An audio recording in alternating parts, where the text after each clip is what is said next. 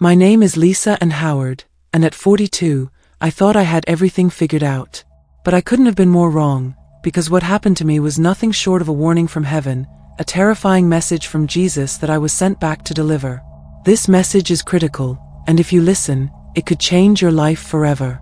For over 15 years, I had dedicated myself to helping those in need, supporting people through the darkest times of their lives. I felt like I had a clear purpose, to serve, to guide, to be a light for those who couldn't find their way. But I was about to face a challenge so profound, so unimaginable, that it would forever change my understanding of life, death, and the existence of something far greater than I had ever realized. My life has never been easy. Behind the smiles I put on for others, I carried the burden of personal struggles. 2 failed marriages, health problems, financial difficulties, these were just a few of the things I kept hidden behind my professional facade. But as much as I tried to appear strong, I knew deep inside that something wasn't right. For months, I had been battling a series of strange and unexplained health issues, chronic fatigue, dizziness, and increasing chest pain. I thought it was just stress from work or the demands of my family life, but it was far worse than I could have ever imagined. The doctors couldn't seem to pinpoint what was wrong, and the pain only worsened. Every day felt like I was carrying the weight of the world on my shoulders. There were times when I felt like I couldn't breathe, as though my chest was being crushed under some unseen force. Then one day, the unthinkable happened. I had been sitting in my living room, reviewing case files and paperwork. My children were at school, and for a brief moment, the house was quiet. I tried to push through the fatigue, but I could barely keep my eyes open. I felt a strange tightness in my chest, a sensation that I had felt before, but this time it was different. It was stronger. Suddenly, everything went black, and before I could even react, I felt my heart stop. I collapsed onto the floor, and in that moment, I slipped into unconsciousness. What followed would be the most transformative experience of my life, one I could never have prepared for. I was dead. At first, there was nothing. Complete darkness, total stillness. But then I began to sense something. A presence, something gentle, inviting, yet unfamiliar. I didn't immediately recognize it, but I felt an undeniable pull. It was as if I was floating, weightless, separated from my body. I could still see my lifeless form lying on the floor, but it no longer felt like me. My body was simply a vessel, and I, the soul, had been freed from it. There was no fear, no panic, just an overwhelming sense of peace. The pain in my chest, the tightness that had gripped me for so long, was gone. I wasn't suffocating anymore. I wasn't trapped in the shell of my physical form. I felt light, free. The world around me began to shift, and I felt a subtle motion pulling me upward, drawing me away from the place where I had once lived. It wasn't a forceful movement, but a gentle flow, like being swept up in a stream of water. I wasn't sure where I was going, or what was happening to me, but there was no fear, only peace. I felt no anxiety, no panic. It was as though everything I had ever known had faded away, leaving me in a place of calm serenity. As I drifted through this space, I could sense a subtle, almost imperceptible light. It wasn't the kind of light you might see on Earth, bright, harsh, and blinding. No, this was a soft, pure radiance. The light had a frequency to it, a vibration that resonated deep within me. I could feel it in my soul. It was as if the light itself was alive, a living, breathing entity that existed not to illuminate but to calm, to heal, to embrace. I had heard people talk about seeing a light after death, but this was nothing like that. It was more than light, it was a presence. And I knew with absolute certainty that I was not alone in this space. And then I heard it, a voice. Lisa, the voice called my name. It wasn't like any voice I had ever heard before. It was rich, deep, and resonant, but it also held a warmth, a sense of compassion and understanding that felt familiar to me in ways I couldn't explain. It was as if the voice had been with me my entire life, calling me back home. Lisa, it repeated, and this time I could feel the weight of the voice settle over me like a blanket, wrapping me in comfort. It was soothing, calming. I couldn't describe the sensation of hearing this voice, but it immediately set me at ease. There was no fear, no confusion, only a deep, undeniable peace. And with it came a sense of absolute knowing. I knew without a doubt who was speaking to me. It was Jesus. I had read the scriptures. I had prayed. I had heard the stories. But now, standing before me, he wasn't just a figure in a book. He wasn't a distant image that I had been taught to revere. No, he was here, alive and present in a way that I had never experienced before. There he stood, radiating love, power, and compassion, yet he was gentle. His eyes, those eyes, were the most captivating part of him. There was an intensity to his gaze, but it wasn't intimidating. It was a knowing look. His eyes seemed to peer into the very depths of my soul, seeing every part of me, every secret, every pain, every mistake, and yet in his gaze, there was no judgment, no condemnation, only acceptance and love. I felt so small in his presence. But rather than feeling unworthy, I felt understood. I had never felt understood like this before. Not by anyone in my life. Not even by myself. But Jesus, standing before me, understood me completely. I didn't need to say a word. His gaze alone spoke volumes, and I knew in that moment that I was safe. But there was also something else, something more profound. In his eyes, there was a deep sorrow. A sadness that I couldn't explain. It wasn't directed at me, but it was present. I could feel it in the air. I didn't understand it at first, but I felt that it was connected to something much bigger than me, something that was far beyond my comprehension. And then, in that moment of silent connection, Jesus spoke again, his voice filling my soul. "Do not fear, Lisa. You are here because I have something important to show you." As he spoke, I felt an overwhelming wave of peace flood over me, and I knew, just knew, that I was meant to witness something. Something beyond the scope of anything I could ever have imagined. Jesus reached out, placing his hand gently on my shoulder. The moment his hand touched me, I was overwhelmed by a warmth, an intense, comforting warmth that radiated from him, filling me with peace and understanding. His presence surrounded me completely, and I felt as though I was being held in the embrace of a love so pure, so unconditional, that I couldn't even fathom it. The weight of the world, the pain of my earthly existence, the struggles I had endured, all of it seemed insignificant in his presence. I felt as though all my burdens had been lifted, and I was being made whole again. At that moment, I understood. I understood what Jesus meant when he spoke of love and grace. I understood that there was more to this life, more than what I had ever known, more than what I had ever experienced. And then, I realized something else. I was no longer afraid. I had been given a glimpse of something beyond death, and it was more beautiful, more peaceful, and more loving than anything I had ever imagined. But my journey was just beginning. I don't know how long I had been floating in that peaceful, energy-filled realm before Jesus spoke again, but when he did, it was as if time itself paused. His voice was soft, but there was authority in it, an authority that came from love, compassion, and wisdom far beyond anything I could comprehend. "Lisa," he said, and I felt his words seep deep into my soul, "I want to show you something." I nodded. Though I had no idea what to expect, I trusted him completely. He motioned for me to follow him, and without hesitation, I did.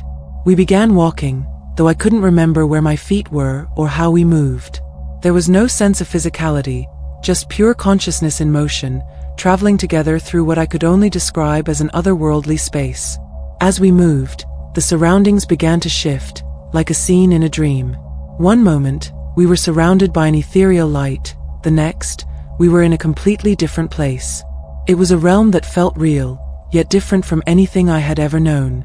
The air itself was heavy, thick with emotion, as if the very atmosphere was alive with energy. I could sense the presence of countless souls around us, even though I couldn't see them all. Their presence vibrated through the air like the hum of a distant melody. We walked through what seemed like a vast, endless plain.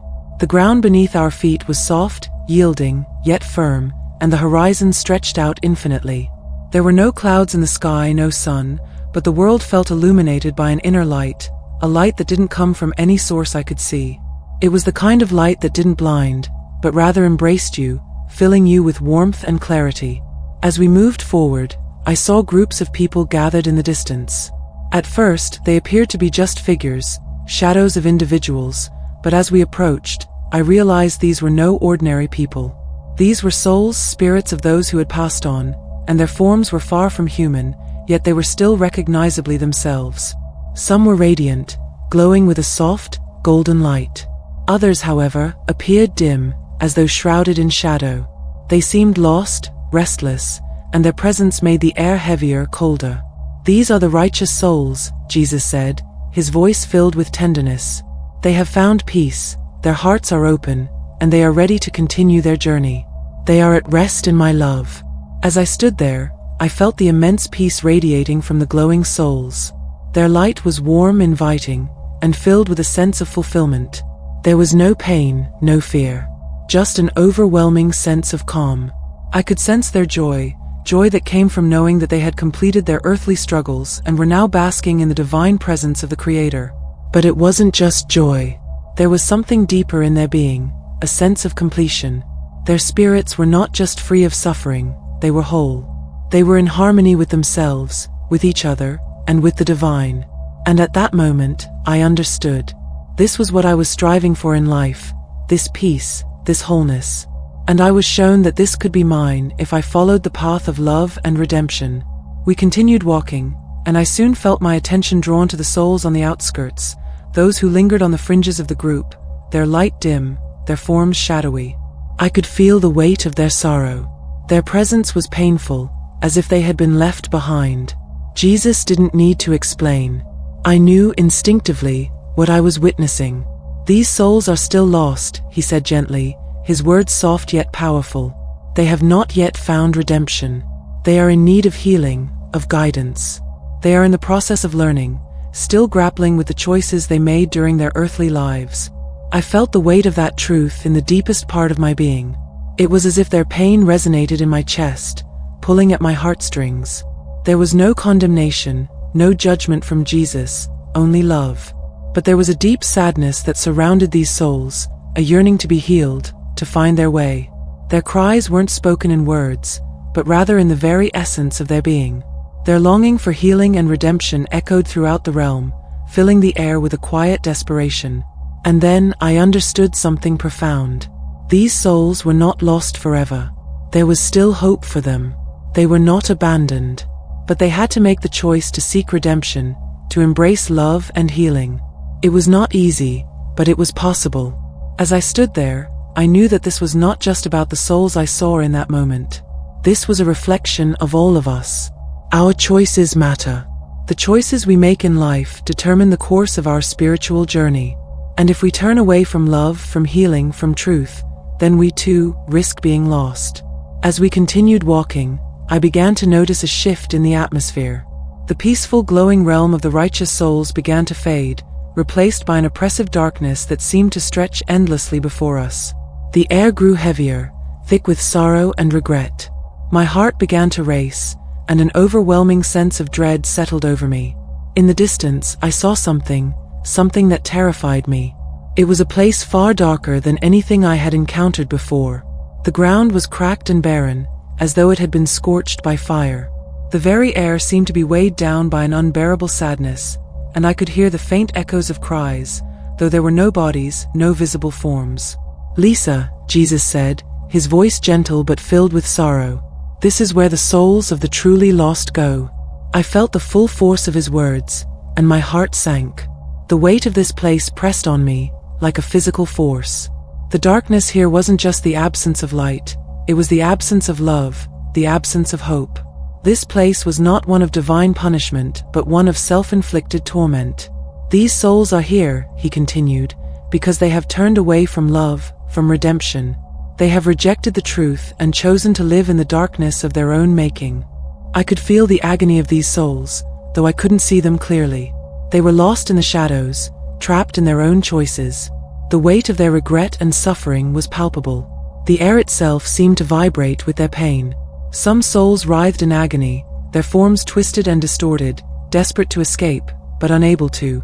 They had condemned themselves through their choices, and the consequences were irreversible until they chose to change. "This is the fate of those who refuse to acknowledge the truth," Jesus said, his voice filled with sorrow. "But even here, there is still hope. They can still find their way back if they choose to. But it is not easy." The pain in his voice was undeniable. He wasn't angry. He was heartbroken. He wanted nothing more than for these souls to embrace the love and truth that was always within reach. But they had to choose it. I wanted to look away from the horror before me, to escape the suffocating darkness, but I couldn't. I had to witness it. I had to understand. This was the consequence of turning away from love, from truth. This was the result of choosing fear and rejection over love and acceptance. It was a lesson I would never forget. Before I could fully process what I had seen, everything shifted again. The oppressive darkness was gone, and I was back in my body. I could feel the familiar weight of my physical form, but it felt foreign now. My heart was pounding in my chest, my breath shallow and ragged, as though I had been underwater for far too long. I gasped for air, struggling to breathe, but there was something different. I was different. The experiences, the lessons, and the love I had felt on the other side were still with me. They were etched into my soul, like an indelible mark that could never be erased. The world around me seemed sharper, more vivid, more alive. I could feel the presence of Jesus with me, not physically, but in my heart, guiding me. His love surrounded me like a warm embrace, helping me navigate the complexities of life with newfound clarity. I had been given a second chance to live a life of greater purpose. I now understood the weight of my choices, the consequences of turning away from love, and the transformative power of redemption. It was a message I had to share with others, a message of love, healing, and the importance of our choices. As I share this testimony with you, I do so with the weight of everything I have seen and experienced. We are all on a journey, and the choices we make have consequences that reach far beyond this life. I was shown that love is the key to everything, love for ourselves, for each other, and for the Creator who made us. But there is also a terrifying reality. There are those who refuse to change, who turn away from love, and who condemn themselves to a fate of torment. This is not a message of fear, but a message of hope. No one is beyond redemption. No one is beyond healing. But the time to act is now. The choices we make today determine the life we will live tomorrow, both here on earth and in the life to come. We all have the power to change, to heal, and to find redemption. The question is, will we? Will you? The message I carry with me is one of love, redemption, and choice. It is not too late to turn towards the light, to embrace healing, and to live a life of purpose and meaning. The time to choose is now.